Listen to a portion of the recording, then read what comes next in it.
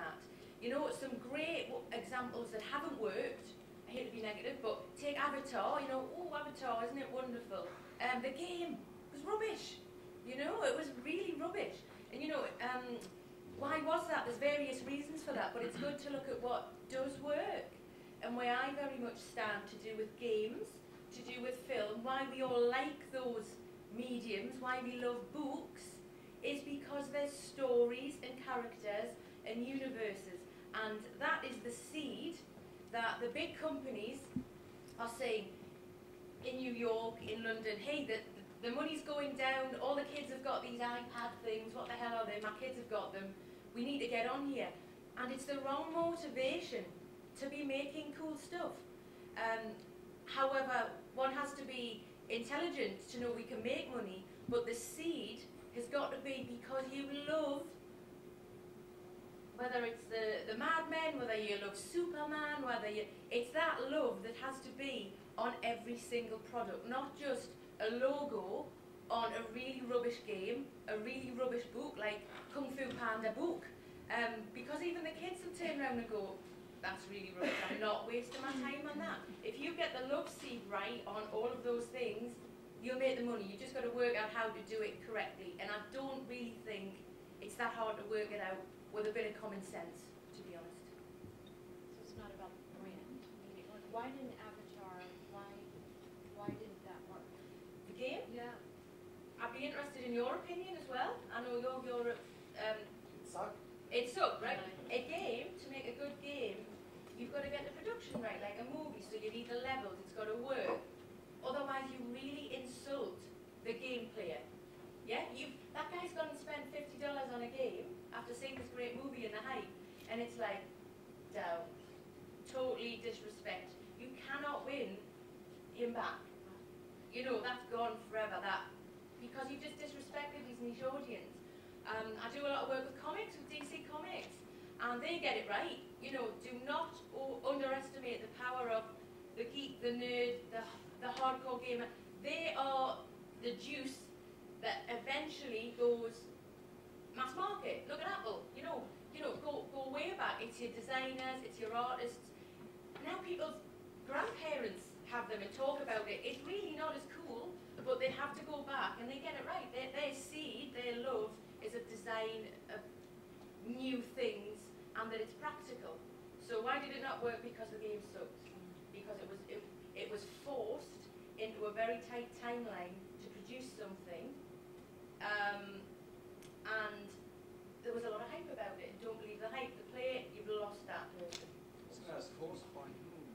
Who was forced? The machines. Machines. The money machines. Like you say, these big machines that we all have had the pleasure of working for, and they all have looked after us. But there's a point where you can observe that it can't work within the machine, because the machine has got to deliver and has shareholders, etc. They have to get it out on that date. They hit Christmas, they hit fall, whatever.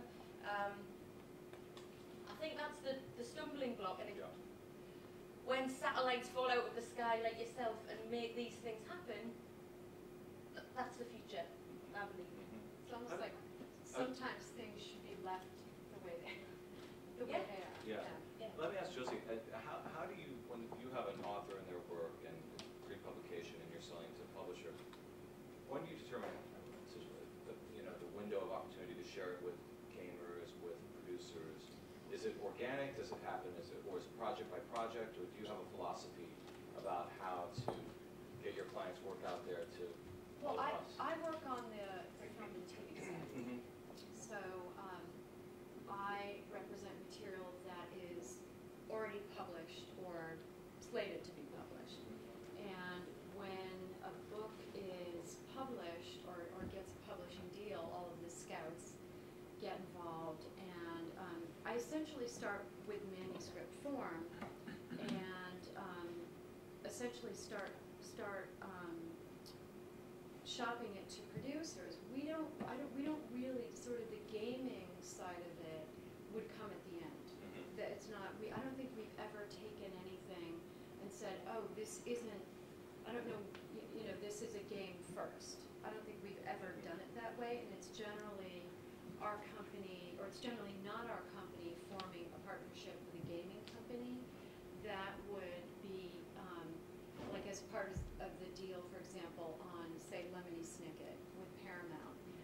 something that they handled. It's not, it wasn't like our partnership with a gaming company. Oh, I see, they handled it as the Yeah. film studio. Yeah, and Right. as part of the transfer of rights, that's sort of negotiated then, and you negotiate a separate pot for merchandising, et cetera. Got it. So it's a little bit different. Uh-huh.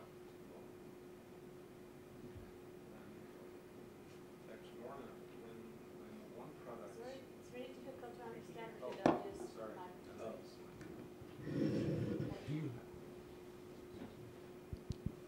Do you have any questions? You want to be involved in the discussion? No. Okay. Back to Lorna. When, for example, as you said, the game of Avatar is not so good. It sucks, and there is a bad. He said that. Yeah. Okay, I quote you. And there is a bad reputation. Peer-to-peer marketing doesn't work, and at the end you ruined a part of the whole plan. Is that real big danger in such kind of corporations? Yes, it is. And that is happening and will continue to happen. Like anything on earth, things will happen that are mediocre and things will happen that are brilliant. I'm trying to associate myself with things that are brilliant. And I don't think there's anything wrong with that. And I'm sure there's that element within you, and that's why you're here today, because really we could do with testing this and we need someone with lots of money. It doesn't really work like that.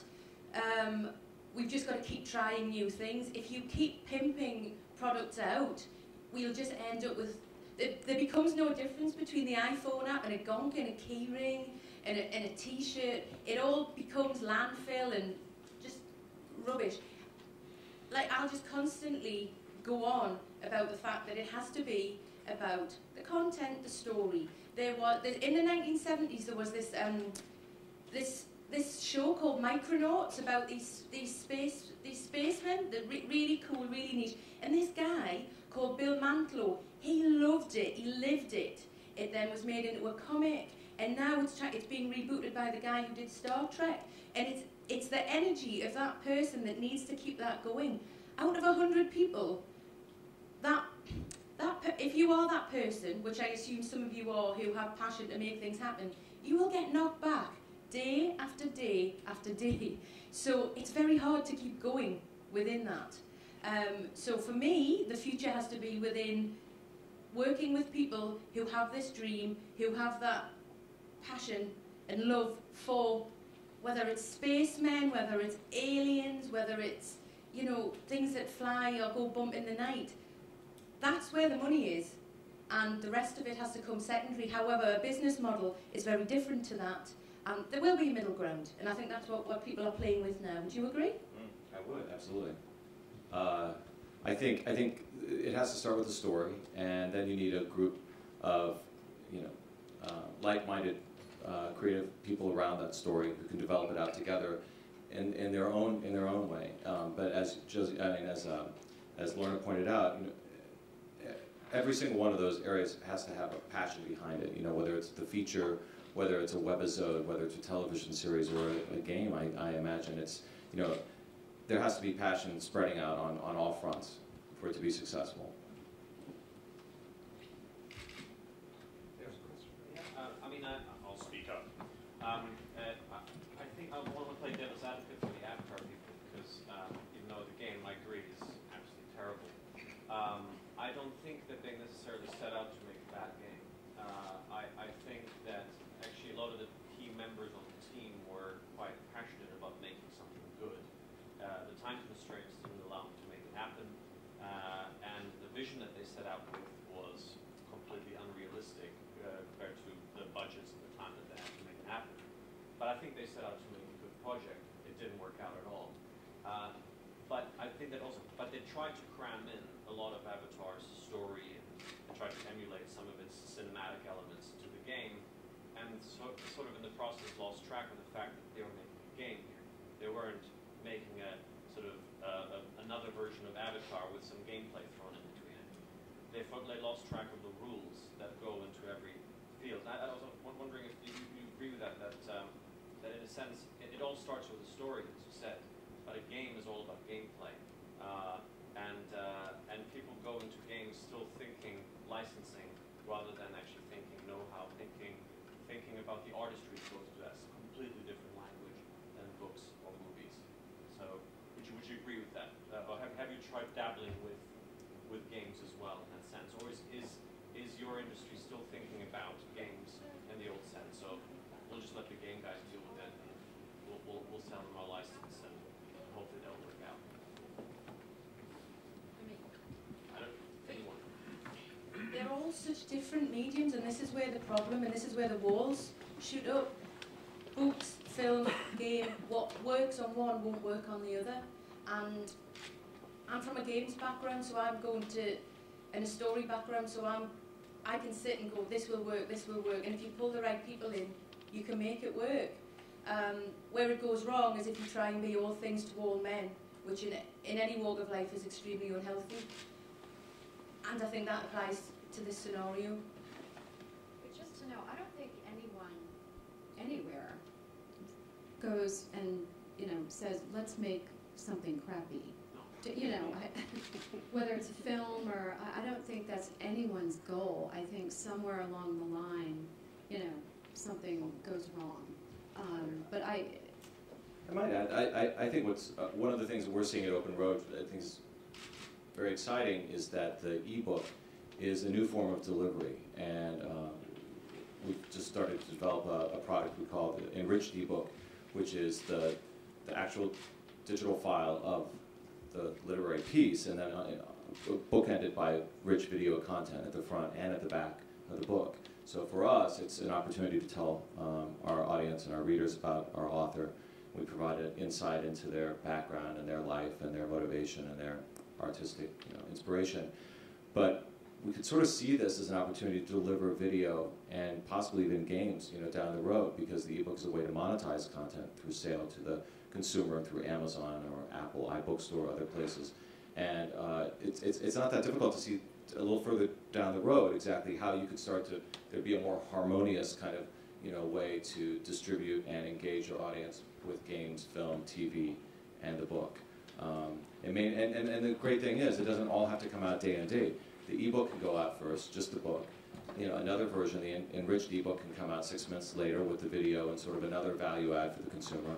Maybe a year later, there's a feature or there's some sort of dramatic adaptation that has a life outside, but ultimately finds its way back inside this product, and then possibly the game further down the road, or however that circle of life is developed out. You could see it being delivered all as one product ultimately to the consumer, which might sort of address the sort of dissatisfaction within the consumer.